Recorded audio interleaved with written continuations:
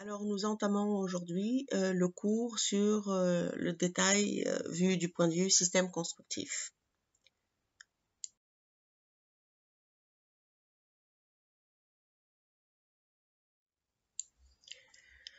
Alors, nous expliquons toujours à partir d'exemples qui deviennent d'une certaine manière des supports pour engager une réflexion, une discussion. Alors, vous voyez ici le détail stalactite, comment il est à la fois un détail technique. Pour certains, il est uniquement esthétique et je vais vous montrer comment c'est un détail aussi, une esthétique qui est au service d'une technique constructive. Il peut être fonctionnel, c'est-à-dire qu'un système de couvrement peut en lui-même devenir l'espace, comme il peut être un système de couvrement pour définir autre chose. Dans le cas de Glenn Murcutt, qui est un architecte australien que je vous invite à connaître, Glenn Murcutt, vous voyez ici comment son geste obéit à plusieurs principes. Donc pour les stalactites, on voit que quand on ne sait pas que les stalactites sont en réalité une esthétique au service d'un comportement mécanique, donc d'une certaine manière, c'est une approche tectonique assez intéressante, puisque la forme ou les polylobes accompagnent la descente des charges et l'enveloppe donc derrière un effet esthétique. Pour le cas du projet de Glenn Murcutt, on voit que ce geste-là obéit à plusieurs composantes. La composante spatiale, donc le geste, il différencie les trois entités, l'espace commun, l'espace de jour, l'espace de service et l'élément central qui distribue les deux. Ce geste-là aussi, c'est comme une cuvette qui permet, c'est accentuer l'effet de cuvette pour la récupération des eaux pluviales, parce que pour Glenn Murcutt, la composante récupération des eaux pluviales est partie prenante de son projet. Il n'y a aucun projet dans les projets de Glenn Murcutt sans cette composante de récupération des eaux dans des citernes. La forme elle-même, comment elle se définit, sa hauteur, ses dimensions obéissent au principe de la course solaire, c'est-à-dire l'ensoleillement. Je me protège, j'appelle, j'encourage à ce que j'ai plus de rayonnement solaire ou je me protège, etc., etc. Donc, vous voyez que ici, la structure porteuse, le système constructif adopté, il n'est pas uniquement un élément pour porter le bâtiment, il joue un rôle à différents niveaux. Là, c'est une situation intéressante vécue dans le cadre de ce cours avec un étudiant comme vous de troisième année. Il y a de cela 3 ans, où l'étudiant, après le cours, après avoir compris cette notion, est venu me voir pour me poser la question par rapport à son projet. Alors, il m'a dit, Madame, moi, je suis en train de faire un projet avec un grand porte-à-faux, mais je suis conscient qu'il y a un problème à ce niveau pour encastrer ce porte-à-faux. Donc, j'ai fait une sorte de lamelle, mais quand j'ai vu que finalement les stalactites, c'est une forme de dentelle qui elle-même cache un phénomène structurel mécanique derrière. Donc, j'ai pensé à donc ça c'est des dessins que j'ai fait moi en lui expliquant qu'effectivement, il pouvait utiliser ces éléments de dentelle comme étant un élément en façade pour cacher justement son élément structurel que lui, il peut accentuer, c'est-à-dire il peut, au lieu d'avoir un seul poteau, faire en sorte que tout cet élément-là, comme une équerre, porte l'ensemble du projet, mais c'est dissimulé derrière cet effet des lamelles. Donc cette mise en situation, c'était pour dire que finalement, le système constructif, il a un rôle à plusieurs entrées. Ce rôle-là, il est bien entendu pour porter, pour faire en sorte que le bâtiment tienne, soit stable, mais aussi il peut être au service de une expression architecturale où à la fois le couvrement joue un autre rôle, où il peut porter le couvrement et l'enveloppe, où il peut tout simplement jouer un rôle de consolidation, il peut jouer un rôle esthétique aussi, etc., etc. Donc, la notion de système constructif est très importante et dans le cadre de ce cours, on va la diviser, on va définir 3 types de systèmes constructifs. Le système constructif droit, la poutre, dalle, travée, ou le système constructif clavé, ou le système constructif réticulé. On va voir qu'ils peuvent être combinés, mais c'est important de les dissocier. Alors, le principe du système constructif ou de les notions clés des lois physiques qui régissent donc la question mécanique, de la résistance des matériaux, la question du comportement mécanique d'un bâtiment, c'est 2 notions clés. C'est la pesanteur, c'est-à-dire c'est toujours soumis à la pesanteur, sauf lorsqu'on est dans l'architecture navale ou sur l'eau, où là on obéit à d'autres logiques mécaniques et fluides, et le franchissement. La question, à chaque fois que nous dessinons une forme, que nous dessinons une géométrie, nous sommes soumis nous avons un franchissement. Il est important de savoir de quel type de franchissement il s'agit. Alors, il est important aussi de savoir qu'il y a eu, avec l'avènement donc de la RDM, il y a eu un basculement majeur. La RDM, c'est la résistance des matériaux que vous étudiez en cours. Un basculement majeur. Il consiste en quoi? C'est que regardez la différence entre la pyramide, l'éléphant et la tour Eiffel. C'est que dans la pyramide, les charges sont massives et elles sont donc uniformes, alors que dans la tour Eiffel, donc il y a une répartition qui se fait d'une manière en accompagnant la descente des charges par des systèmes d'arcades, des systèmes de points, etc., pour justement alléger. Donc ça n'a été possible qu'avec la RDM, et c'est très important de.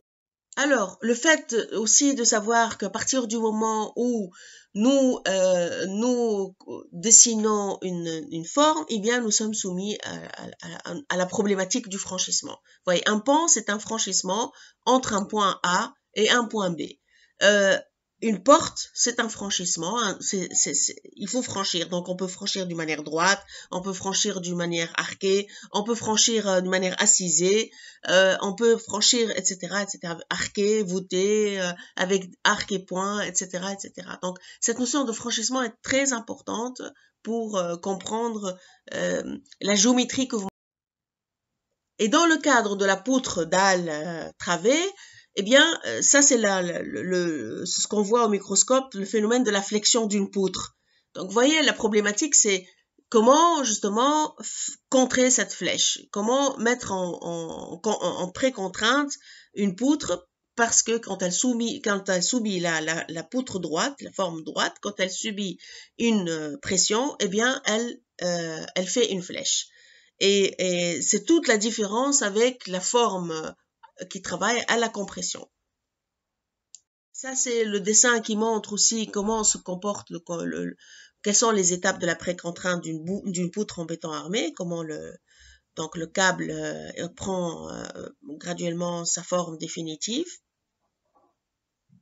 La notion de contreventement est une notion fondamentale en architecture, donc il est important de comprendre ce phénomène, notamment donc pour les planchers droits, etc. Là, c'est un projet de Herzog et de Morand, donc l'Union de Munius aux États-Unis, en Californie, où on voit tout le projet est à la pierre locale, entassée, et finalement, c'est le contreventement qui lui permet de solidariser. La structure porteuse, c'est un contreventement qui permet de solidariser l'ensemble du bâtiment.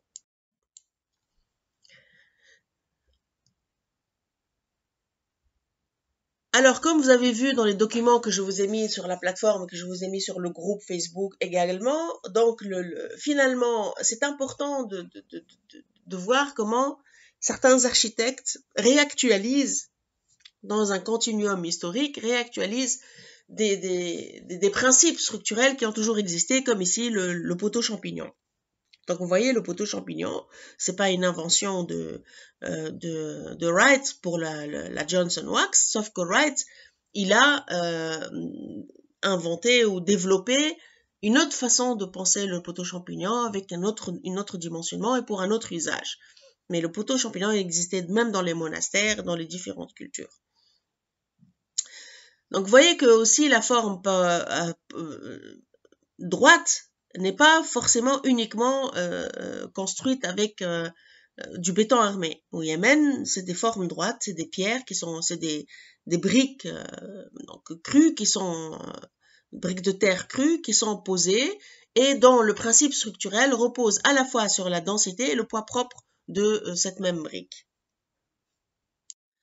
Alors, à partir du moment où, en tant qu'architecte, on comprend dans quelle logique et quel système constructif on agit, eh bien, le système constructif devient un enjeu au service de votre architecture. Comme vous voyez ici, donc le poteau, l'élément qui va porter ce parking, cette structure de parking ouvert à Miami Beach, dessiné par Herzog et de Morand, eh bien, le poteau devient un enjeu à la fois de façade, un enjeu de structure, un enjeu pour éclairer, un enjeu pour combiner et consolider des espaces entre eux, etc., etc. Et puis, il peut avoir différentes formes.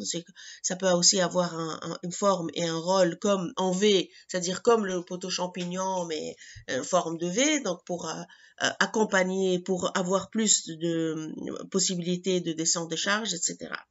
Ici aussi, dans un autre projet de Herzog et de Morand, où on voit comment c'est un projet donc avec des systèmes constructifs droits, mais où l'élément porteur peut aussi devenir en soi un espace, un lieu qui participe donc de l'architecture d'ensemble. Pour une mise en situation du cours, nous avons vu dans la première séance de ce cours l'exemple de la gerberette de Beaubourg et comment c'était un élément technique détail qui a permis la possibilité du projet, donc la possibilité de ce qui va avec. Donc, dans ce sens, le système constructif peut être donc un principe très important dans la compréhension d'un projet.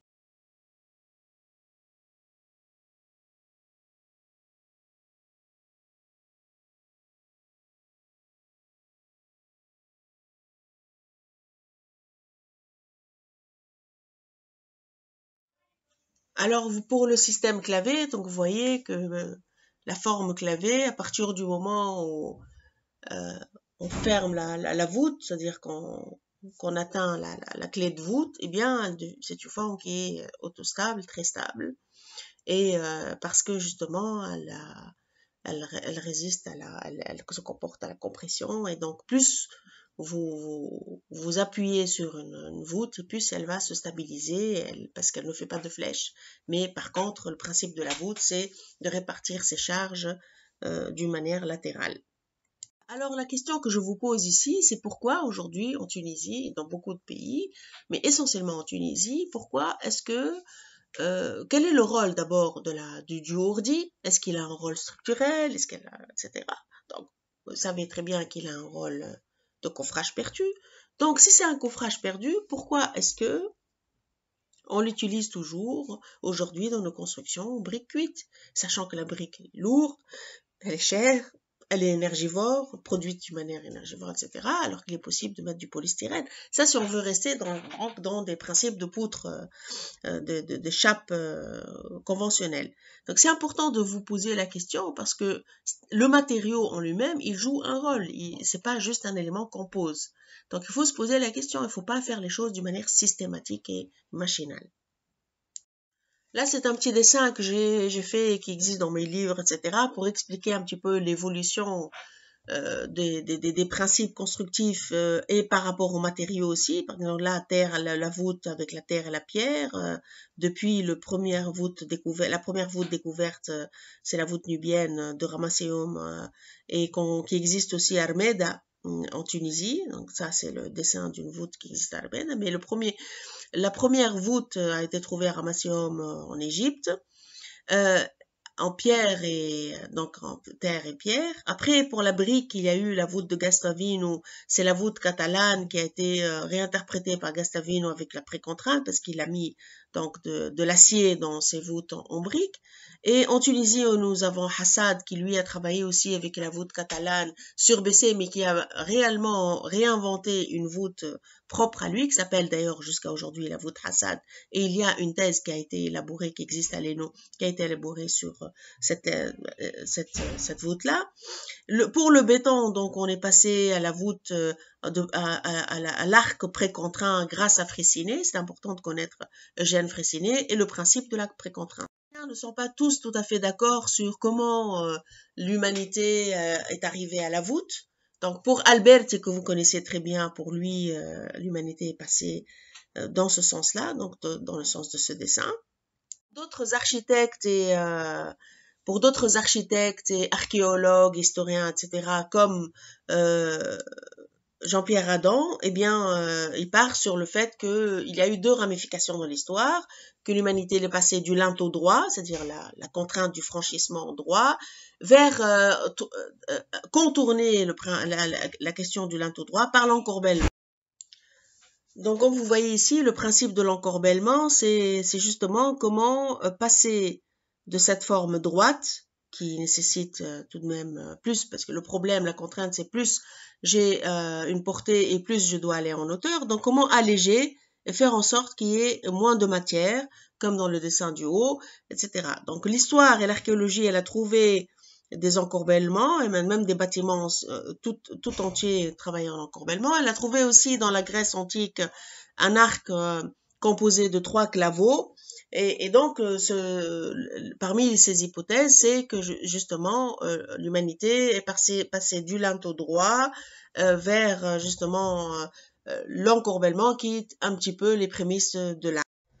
Donc vous voyez ici, ce sont des vestiges qui sont trouvés réellement dans l'archéologie. Donc parmi ceux-là, vous trouvez cet encorbellement très intéressant, donc de par l'histoire. Voilà, vous trouvez d'autres structures aussi qui ont été réalisées avec plusieurs claveaux, donc des arcs qui sont travaillés avec plusieurs claveaux et non pas d'un seul trait.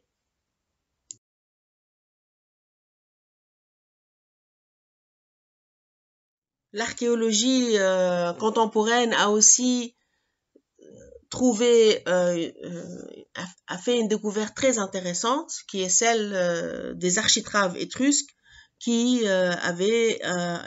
étaient en précontrainte, c'est-à-dire qui avaient aussi des barres d'acier. Donc comme vous voyez dans ce dessin de reconstitution, donc les architraves, vous avez vu ça dans le cours d'histoire.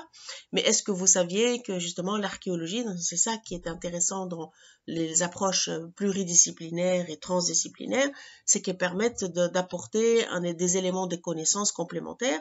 Et donc ils ont découvert qu'effectivement avant, eh bien les architraves étaient aussi renforcés par des barres d'acier. Donc finalement, la précontrainte existait bien, elle est bien antérieure à la précontrainte de béton, que même dans la pierre. Donc regardez ça, c'est des dessins authentiques d'architraves, de franchissement taillé droit qui travaille à la traction avec armature intégrée dans l'architrave.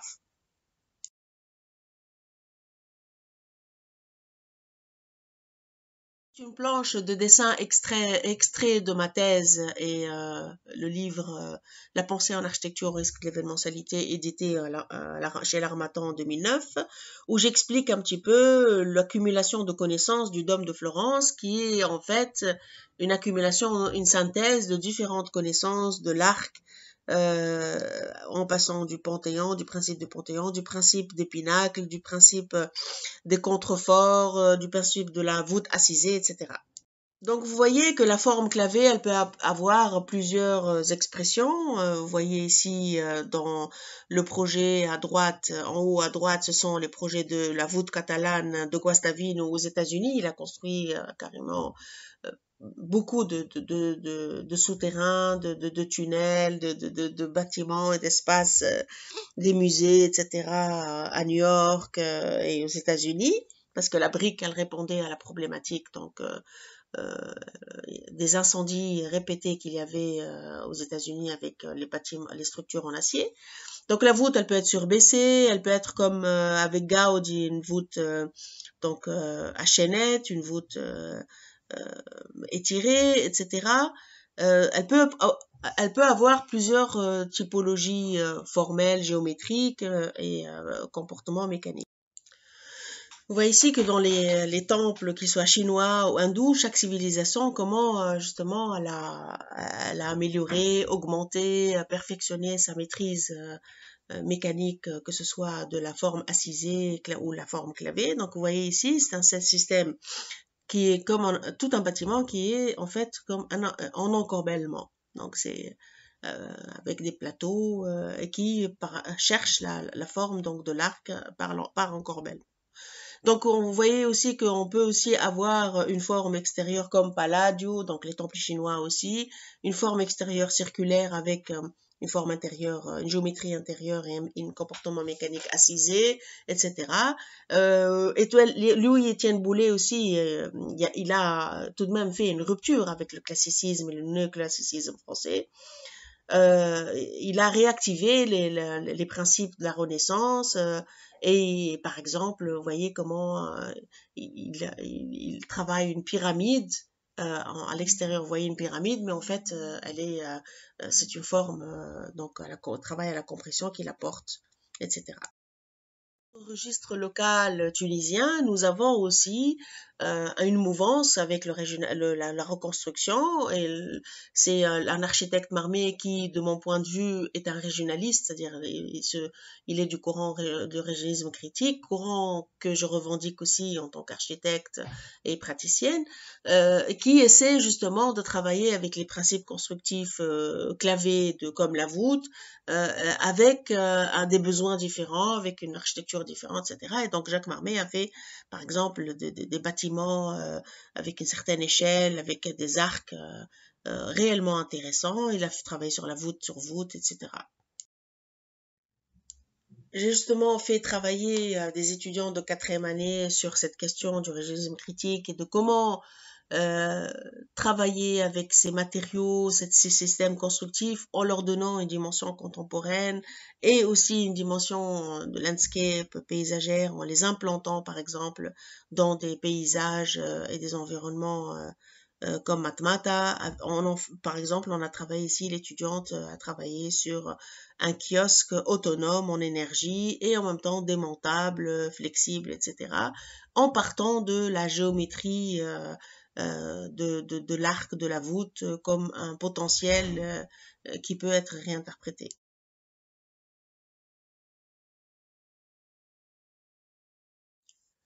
Donc pour le système réticulé, eh bien c'est un principe simple, c'est que la forme elle est plus rigide, mais elle contient, on augmente la rigidité tout en diminuant la masse, en diminuant la matière et en travaillant sur une masse équilibrée. C'est ça le principe. Donc vous voyez là, ce dessin-là en haut à droite, c'est le petit dessin, c'est finalement les os creux des oiseaux, c'est-à-dire c'est le cartilage des oiseaux. Donc vous voyez comme il est articulé, c'est assez intéressant. Donc ça a été fait au microscope pour vous expliquer un petit peu le principe de l'articulation. C'est pour ça que l'oiseau il est aérodynamique, il est très souple, etc.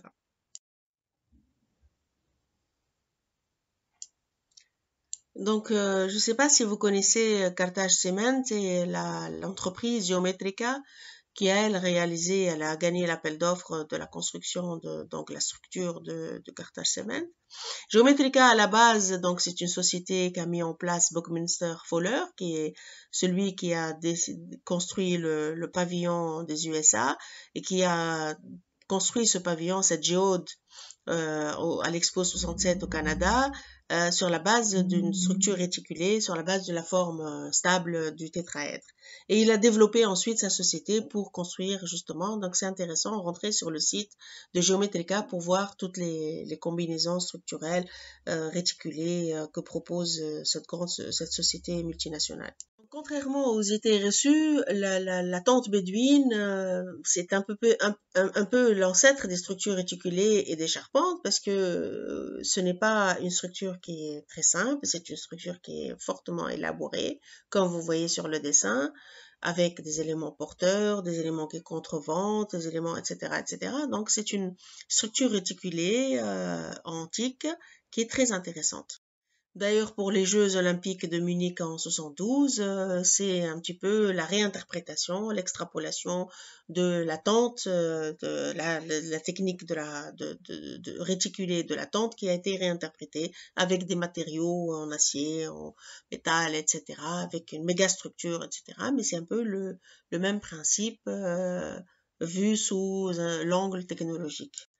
Alors, pourquoi je vous parle de tout cela? Parce que c'est important de comprendre un système constructif, comme par exemple la charpente. C'est un principe avec des fondamentaux, comme l'entrée qu'on appelle l'arbatrier, le poinçon, les contrefiches, etc., comme vous voyez sur le dessin. Donc, il y a un principe constructif dans la charpente classique. Et si on ne connaît pas le rôle de chaque élément dans cette charpente-là, on ne peut pas l'extrapoler, on ne peut pas la réinterpréter d'une manière contemporaine, comme le fait par exemple l'architecte Chiguroba.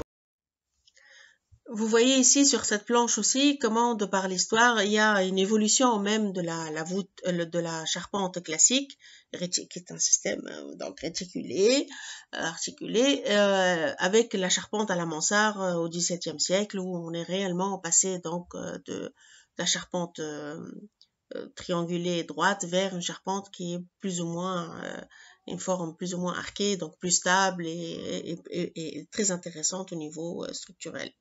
Il y a donc un jeu qui est possible de mixage entre le système constructif, est-ce qu'il est basé sur la géométrie arquée, clavée, est-ce qu'il est assisé, est-ce qu'il est sous forme de poutre droite. Ensuite, il y a le matériau, c'est-à-dire qu'on peut travailler sur une structure réticulée avec de l'acier, comme vous voyez ici dans l'architecture du Grand Palais des Champs-Élysées en France, qui est à la fois basée sur la géométrie donc de l'arc, mais avec une structure réticulée, donc un acier évidé, équilibré, allégé, mais pour plus de solidité et de rigidité, pour faire de grandes portées. Chiguroba est très intéressant de ce point de vue-là. Donc, vous voyez comment il combine à la fois le matériau, les notions d'éclairage, c'est-à-dire le matériau, par exemple ici, c'est le poteau champignon monumental, avec qui est à la fois un élément porteur, c'est un élément décoratif, c'est un élément d'éclairage pour apporter de la lumière, c'est un élément qui porte la structure, l'enveloppe, c'est un élément qui permet aussi de développer le système bioclimatique, d'aération, de ventilation, etc. Donc vous voyez que un système constructif, c'est à la fois un élément qui est au service d'une esthétique spatiale, mais qui est aussi au service d'une structure spatiale. Donc, vous voyez là, la structure, la jonction entre, qui permet de passer d'un poteau vers un autre, c'est la forme la stable, la forme arquée pour accentuer la stabilité, pour faire en sorte que toute la structure soit très stable et soit possible avec ces hauteurs tout de même assez importantes et monumentales. Chikeroban, qui est très intéressant également, avec toute sa structure porteuse et support de l'enveloppe, donc sur laquelle va être rapportée l'enveloppe. C'est les bureaux d'Almedia à Munich. Et donc, vous voyez, Chikeroban, de par sa culture, de par aussi sa formation, etc., il a une maîtrise donc du matériau bois, mais il a aussi la maîtrise du système constructif de la charpente et qui permet de l'extrapoler et de l'utiliser pour des fins, d'autres objectifs et d'autres besoins architecturaux. Donc là aussi, charpente en fer et fente classique du 19e siècle en France. Et donc vous voyez, il y a une combinaison. Donc les pilastres peuvent être en pierre et la structure qui, elle, va répartir les charges peut être en fente d'acier allégé et avec les arceaux, donc les arcs qui jouent le rôle d'éléments de travée structurels pour répartir les charges, etc., et les transmettre vers les points d'appui, peuvent être réticulés, allégés, etc., tout en ayant un aspect décoratif. C'est tout à fait classique et représentatif de l'époque.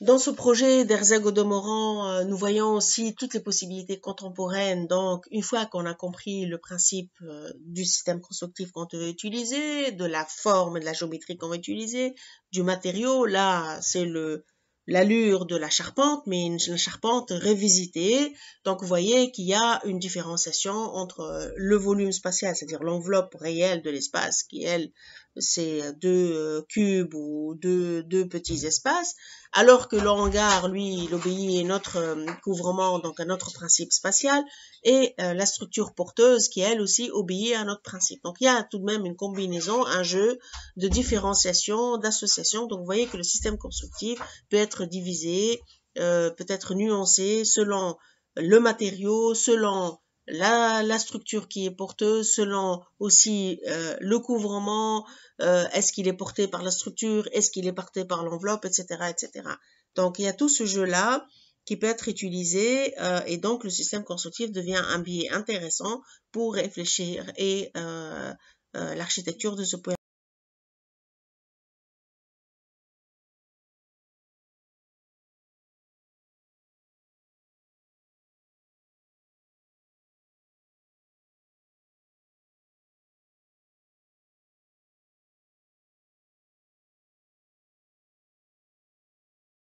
Conclusion, donc je dirais qu'il est important que vous sachiez différencier, sachant que vous avez vu que il est possible de combiner, c'est-à-dire qu'on peut travailler de la poutre et de la poutre dans la structure droite, mais en même temps, on peut aussi combiner avec un principe constructif clavé.